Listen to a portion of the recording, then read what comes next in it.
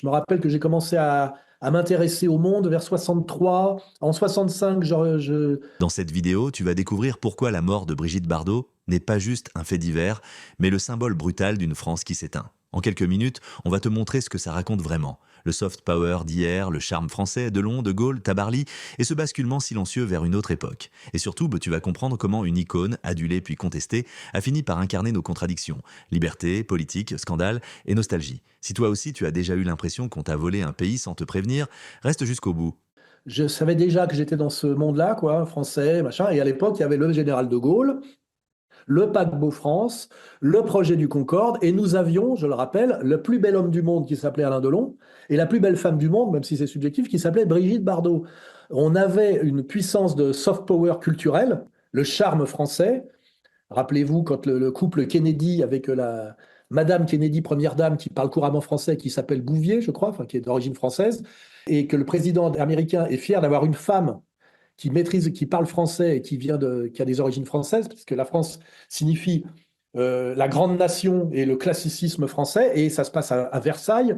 Et là, il y a quand même une admiration pour ce qu'est la France. Regardez où on en est aujourd'hui. Donc la mort de Brigitte Bardot, c'est la fin, comme il y a Delon, il y en a un qui, elle était née en 34 et lui en 35, c'est la fin d'une période de prestige par autre chose que le prestige militaire qu'on a perdu depuis très longtemps et le prestige politique qui restait un prestige historique et culturel, hein. C'était Malraux, quoi, pratiquement, hein. Et puis bon, puis la figure de De Gaulle, quoi. Donc, effectivement, moi, je dis quelque chose qui confirme aussi ma dépression actuelle, c'est que mon monde est en train de disparaître. Parce que ça, c'est le monde de ma jeunesse et le monde de ma jeunesse, de mon adolescence, même quand j'ai commencé à m'intéresser, à avoir des goûts culturels et à m'intéresser par moi-même au monde, on va dire, sans que ce me soit imposé d'une certaine manière par les éducateurs et les parents. En 74, puisque j'ai eu 16 ans en 74, j'ai commencé à bouger par moi-même, etc., etc. Et en 74, Alain Delon, c'était encore Alain Delon, Brigitte Bardot, c'était encore Brigitte Bardot. Éric Tabarly aussi, il ne faut pas oublier, et qui battait tous les Anglais dans les courses à la voile, qui avant était un lieu de suprématie française. Vous avez des photos magnifiques où vous avez Éric Tabarly qui est à la barre d'un beau voilier qui doit être le Penduic, et derrière, vous avez Alain Delon et Brigitte Bardot. Et là, on est en fin des années 60, à mon avis, ou peut-être tout début des années 70. Et tu te dis, cette France-là a disparu. C'était la France qui faisait quand même, d'une certaine manière, que j'étais fier d'être français, même si j'écoutais que du rock anglo-américain. C'est le paradoxe. C'est c'est- c'est comme ça. Et donc, oui, bah, Brigitte Bardot, c'est la fin d'une époque. Et après, bon, qu'est-ce qu'on lui demande? On lui demande pas d'être un génie de la politique. Alors, ce qui est marrant, c'est qu'elle a commencé comment dirais-je, dans le libertaire, c'est-à-dire malgré elle, de travailler à la destruction de la femme traditionnelle, du couple traditionnel, etc., avec l'idée de la femme libre, avec cette ambiguïté, libérée de quoi? En fait, c'est la femme libérale plutôt que libérée.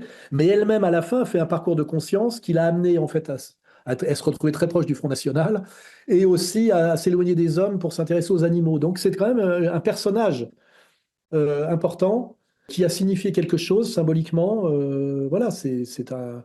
Et d'ailleurs, elle est restée présente jusqu'à la mort. Elle est morte à 91 ans. Elle était encore présente dans l'esprit des Français. C'est un grand personnage français, ce qui ne veut pas dire que c'est un grand cerveau. Après, sur la beauté, ça se discute. Il y a des goûts et des couleurs. Mais en tout cas, elle participait du rayonnement de la France au niveau mondial de façon incroyable et même au niveau pognon. À un moment donné, on dit qu'elle rapportait plus que la Régie Renault en retombées économiques par les publicités qu'elle accompagnait, etc., et les contrats, etc. D'ailleurs, elle devait être riche, hein. Ben voilà, donc oui, oui, elle détestait Macron. Elle était marrante, oui. Elle était assez libre quelque part. Elle n'était pas dans le politiquement correct, qui est quand même, c'est toujours bon signe quelque part. Elle n'était pas dans le politiquement correct. Elle avait décidé elle-même d'arrêter le cinéma en disant que ça devenait de la merde et que ça l'intéressait plus et qu'elle avait fait ça sans vraiment le vouloir. Donc c'est pas une starlette qui courait après les rôles en suçant tous les producteurs. On est venu la chercher. Il y a un côté quand même, un destin quand même qui a un côté un peu magique, hein. C'est-à-dire que le destin est venu la chercher et elle n'a pas, comment dirais-je, ramé pour essayer d'accomplir je sais pas quoi, une carrière d'actrice, etc. C'est quand on regarde l'époque à travers la vie de Brigitte Bardot des années 50, parce qu'en fait, elle est arrivée tôt, hein. Elle est pas, c'est pas elle a 10 ans de plus que Mick Jagger, hein, s'il faut bien comprendre, hein. Elle est née en 34, pas en 45, 47 comme les héros de la pop musique, hein. Elle est de la génération d'avant, hein. Et Dieu créa la femme, ça sort en 56 ou 58, je sais plus. Bob Dylan a à peine commencé à chanter, puis voilà, il a 16 ou 17 ans. Donc elle est antérieure à tout ça, mais elle a surfé sur toute cette époque qui est une époque qu'on appelle la modernité, qui a d'ailleurs entièrement bouleversé et flingué la société française traditionnelle, hein, c'est les années 60-70. Hein. Puis après 80, c'est commencé à payer les pots cassés. Mais 60-70, c'est l'épopée, c'est où on ne voit que le côté bénéfique. Ça serait un autre sujet d'expliquer ce que c'est que les années 60-70 par rapport à la France traditionnelle, comment les deux cohabitent, comment on a tous les avantages de la modernité et quand même la solidité traditionnelle, et puis qu'à partir de 80, le socle disparaît, donc on n'a plus qu'une marginalité qui vit sur elle-même, et que ça devient, c'est un peu la fin de... Bah, c'est la fin des Trente Glorieuses, c'est la fin de la parenthèse enchantée, et c'est le début du désenchantement. Et Brigitte Bardot représente l'épopée d'avant, où ça devait être génial d'être à Saint-Tropez en 65, d'être à la fois avec Günther Sachs et en même temps d'écouter Soft Machine qui donnait des concerts privés à la Madrague, parce que j'ai étudié toute cette époque-là et ça devait être, pour un jeune branché, entre guillemets, ce que j'étais au départ, ça devait être le rêve, quoi. Et c'est là où il fallait être. Pour vivre la jeunesse de rêve, il fallait avoir 20 ans, je dirais, en 63 et 40, et puis finir à 40 en 83. Et là, vous aviez le meilleur du meilleur de ce qu'était l'épopée branchée, entre guillemets, qui est un sujet qui m'intéresse.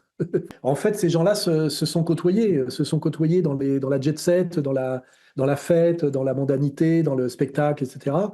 Et il y avait des rassemblements assez improbables, notamment à la Madrague, avec voilà, des types qu'on penserait ne pas pouvoir se fréquenter. Et notamment Le Pen. On découvre que Brigitte Bardot était copine avec Le Pen depuis très très longtemps et très tôt. Je sais pas, Brigitte Bardot-Le Pen, c'était marrant. D'ailleurs, ils ont épinglé que Châtillon était à l'enterrement de Brigitte Bardot à Saint-Tropez. Ils ont trouvé le moyen d'épingler qu'il y avait Châtillon. Oui, parce que Châtillon, c'est lui qui s'est occupé de mettre en place la fondation Brigitte Bardot. Les gens ne savent pas. On peut avoir la nostalgie de cette époque où les gens se fréquentaient, où il y avait quand même encore une certaine classe, des gens voilà, qui avaient certaine épaisseur. Il n'y avait pas que des dealers de coke, des rappeurs, des pétasses et tout ça, chapeauté par Hanouna, quoi. Je veux dire, voilà, voilà, moi c'est pour ça que je dis mon monde est en train de disparaître parce que je suis arrivé à la fin de ce monde-là. Parce que quand je suis arrivé en fin 70, il y avait encore un peu, c'était la fin.